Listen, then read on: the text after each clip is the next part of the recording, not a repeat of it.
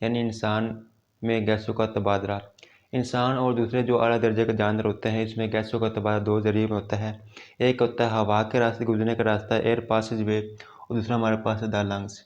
यानी जो हमने पिछले लेक्चर में पढ़ा था, जो पौधे होते हैं उसमें गैसों का तबादले के लिए खास आर्गन नहीं होते, लेकिन इंसान में खास आर्गन होते हैं। हर आर्गन अपना मखसूस काम करता है और इस तरह गैसों का तबादला होता रहता है। सबसे पहले जो हमारे पास आती है हवा, किसके जरिए दाखिल होती है? हमारे नोज़ के ज़रिए। नोज़ के अंदर क्या होता है? Nasal cavity. नेज़ल कैविटी में एक दीवार होती है जिसको कहते हैं नॉस्ट्रल्स। नॉस्ट्रल के दो इकसाम हैं, एक्सटर्नल नॉस्ट्रल जिसको नोज़ कहते हैं और इंटरनल नॉस्ट्रल जिसे हम नेज़ल कैविटी कहते हैं। नेज़ल कैविटी में क्या होता है हमारे पास? फिर नेज़ल कैविटी के आगे आती है फेरेंक्स। फेरेंक्स के बाद लैरेंक्स, जिसको आप वॉइस बॉक्स भी कहते हैं, वॉइस बॉक्स। उसके बाद ट्रैकिया, विंड पाइप। ट्रैकिया के बाद ब्रोंकाई, फिर ब्रंक्यूल्स। ब्रंक्यूल डिवाइड होते हैं तो एल्वियोला डक्ट्स और लास्ट में एल्वियोला, जिसे हम सैकला स्ट्रक्चर कहते हैं। हवा, हमारे जो हवा होती है यहाँ तक पहुँचती है, इसके बाद वापस फिर चली जाती है। सबसे पहले आप पढ़ते हैं कि हमारे पास ये नेज़ल कैविटी क्या चीज़ होती है।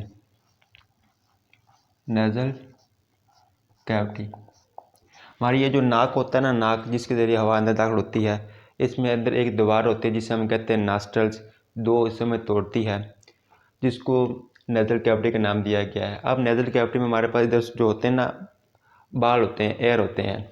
इसके दो काम हैं। एक तो हमारे जो डस्ट मिट्टी के ज़रात को फिल्ट्रेट करते हैं, फिल्ट्रेट डस्ट पार्टिकल।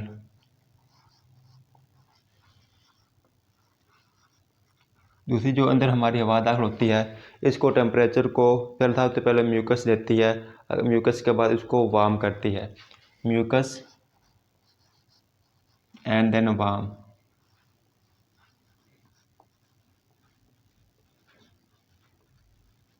इसके बाद नेज़ल कैविटी क्लियर हो गई, यानी जो हमारी हवा दाखिल होती है वो नाक के ज़रिए दाखिल होती है।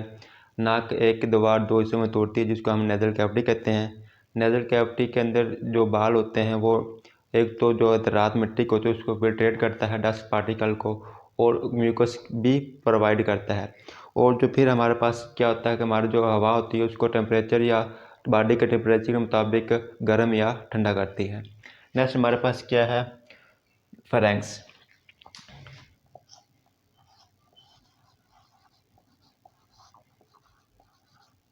फ्रेंड्स, यहाँ तक जो हमारी खुराक और हवा दोनों इकट्ठे आती है। फॉर एग्जाम्पल ये हमारे पास था नेज़ल कैविटी था, फिर हमारे पास ये क्या बन गया?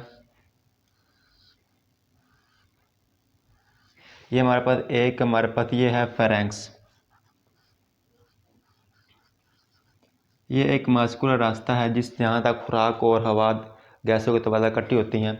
अगर ये हमारे पास फ़र्ज़ करे एयर है, एयर के आगे पहुँचती है उसको कहते हैं लैरेंक्स। अगर हमारे पास जो खुराक आ रही है, फूड आ रही है, वो किस में जाएगी? एसोफेगस में। एसोफेगस। यानी जब हम खाना खा रहे होते हैं तो हमें चाहिए कि हम कुछ ना बोलें, क्योंकि हमारे पास जो खुराक होती है ना वो लैरिंक्स में चली जाती है, तो हमें यानी खांसी होना शुरू हो जाती है। तो हमें चाहिए खाते वक्त मतलब सिर्फ खुराक पर तवज्जो देनी चाहिए, इधर उधर की बातें नहीं करनी चाहिए। तो फ्रेंक्स क्या है? फ्रेंक्स हमारे पास मस्कुलर रास्ता है जिसमें हवा और खुराक दोनों आती हैं। तो अगर हम खाना खा रहे हैं ना, तो ये इधर एक होता है गलट्स, ढक्कन, जिसको हम कहते हैं एपिगलट्स।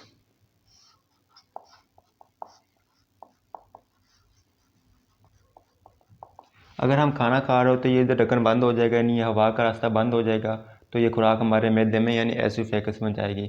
अगर हम मतलब सांस ले रहे हैं, खाना मतलब कोई भी गैसों का तबादला कर रहे हैं, खा नहीं रहे, तो ये इधर ये जो अपने गलट्स होता है ना, यहाँ इधर को ओपन कर देता है, यहाँ क्लोज हो जाता है और वहाँ कहाँ चली जाती है? लैरिंक्स में। फेरेंक्स के बाद बारी है लैरिंक्स की।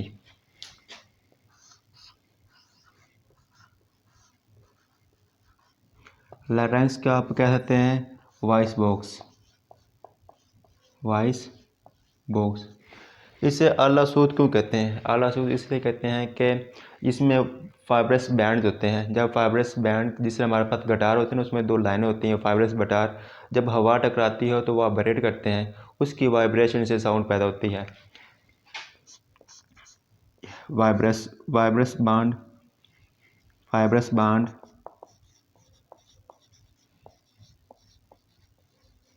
स्ट्रिच, vibrate with air,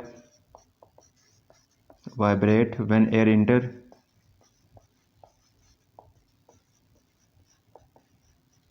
and then produce sound, and then produce sound. Larynx voice box है, यानी क्वेश्चन बताता है why larynx is so called voice box, because they have vocal cords called fibrous bands. When air strike they vibrate. In this way sound is produced. That's why larynx is called voice box. Next हमारे पास है trachea.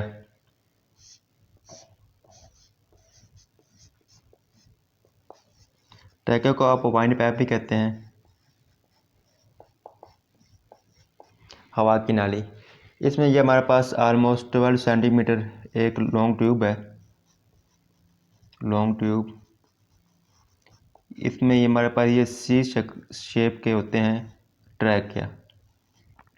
ये सी shape की इसलिए होती है, जब हमारे पास हवा का दबाव ज़्यादा हो जाए तो ये क्या करते हैं, हमारे पास जिस ये पहले शेप इसकी थी तो ये थोड़े से एक्सपैंड हो जाते हैं। क्या हो जाते हैं? एक्सपैंड होते हैं। यानी जब हवा को प्रेशर ज़्यादा हो जाए तो भी ये फिर भी हमारे हवा को गुजरने का रास्ता देते हैं और ये यानी फटते नहीं हैं, अपना काम करते रहते हैं। ट्रैकिया के बाद फिर हमारी आता है, ट्रैकिया के बाद आता है ब्रोंकाई।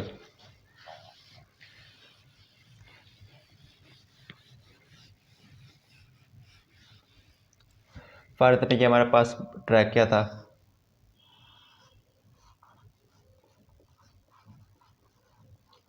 जैसे ट्रैकिया हमारे चेस्ट में आया यानी लंग्स में आया तो दो नाली में टूट जाता है, जिसको हम कहते हैं ब्रोंकाई। इसको हम कहेंगे ब्रोंकाई। ब्रोंकाई में थोड़ा सा कार्टिलेज होता है। ये क्या है? कार्टिलेज। और ब्रोंका फिर आगे फिर तकसीम होती हैं, इसको हम कहते हैं ब्रोंक्यूल्स। ये फिर ट्यूब आगे तकसीम हुई है, डिवाइड हुई है, इसको हम कहेंगे ब्रोंक्यूल्स। ब्रोंक्यूल में भी थोड़ा थोड़ा होता है कार्टिलेज, लेकिन जैसे ब्रोंक्यूल्स आगे डिवाइड होती है इसमें कार्टिलेज कम होता जाता है। इसमें कार्टिलेज क्या हो जाता है? कम हो जाता है। ब्रोंकाई फिर ट्यूब जो छोटी छोटी नाली में तकसीम होती है, जिसको हम कहते हैं एल्वियोलाई डक्ट्स, एल्वियोलाई डक्ट्स। और लास्ट में हमारे पास जो छोटी छोटी ये कैपिलरी की टाइप होते हैं, इसको कहते हैं हम एल्वियोलाई। ये हमारे पास क्या था? एल्वियोलाई डक्ट्स, और इसको हम कहेंगे एल्वियोलाई, एल्वियोलाई। जैसे जैसे ब्रोंकाई तकसीम होगा, ब्रोंक्यूल्स होगा, ब्रोंक्यूल में कार्टिलेज कम होता जाता है। एट लास्ट एल्वियोलाई डक्ट में बहुत ज़्यादा कम कार्टिलेज होता है, और जो लास्ट चीज़ बचती है उसको आप कहते हैं एल्वियोलाई, यानी सैक्स स्ट्रक्चर। यहाँ तक हमारी हवा इंटर होती है एयर सैक तक। फिर हवा वापस बाहर खारिज होना शुरू होती है। तो एल्वियोलाई में क्या होता है, हमारे पास यहाँ तक हवा पहुँची। लंग्स का अब क्या काम है? नेक्स्ट हम पढ़ेंगे लंग्स। लंग्स का काम ये है कि जो हमारा जो खून होता है ना, यानी हार्ट, जो ऑक्सीजन के बगैर खून होता है वो लंग्स को सप्लाई करता है। किसके ज़रिए? पल्मोनरी आर्टरी के ज़रिए। फिर आर्टरी डिवाइड होती जाती है कैपिलरीज में, और फिर क्या करता है, एटलस वन्यूल बनती है। वन्यूल क्या काम है कि हमारे पास जो ऑक्सीजन वाला खून होता है वो वापस दिल को सप्लाई करता है। उस सप्लाई करने वाली नाली का नाम है पल्मोनरी वैन। ये हमारे पास जो डीऑक्सीजनेटेड ब्लड है, डीऑक्सीजनेटेड ब्लड, इसको कैरी कहाँ पहुँचेगा? ये हार्ट पहुँचाएगा लंग्स में। पहुँचाने वाली चीज़ का नाम क्या है? Pulmonary artery.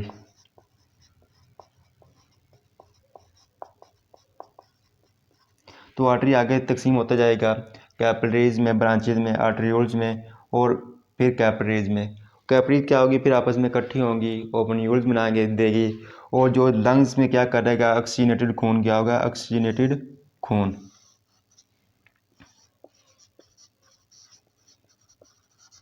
ऑक्सीजनेटेड ब्लड ये वापस हार्ट में पंप करेगा।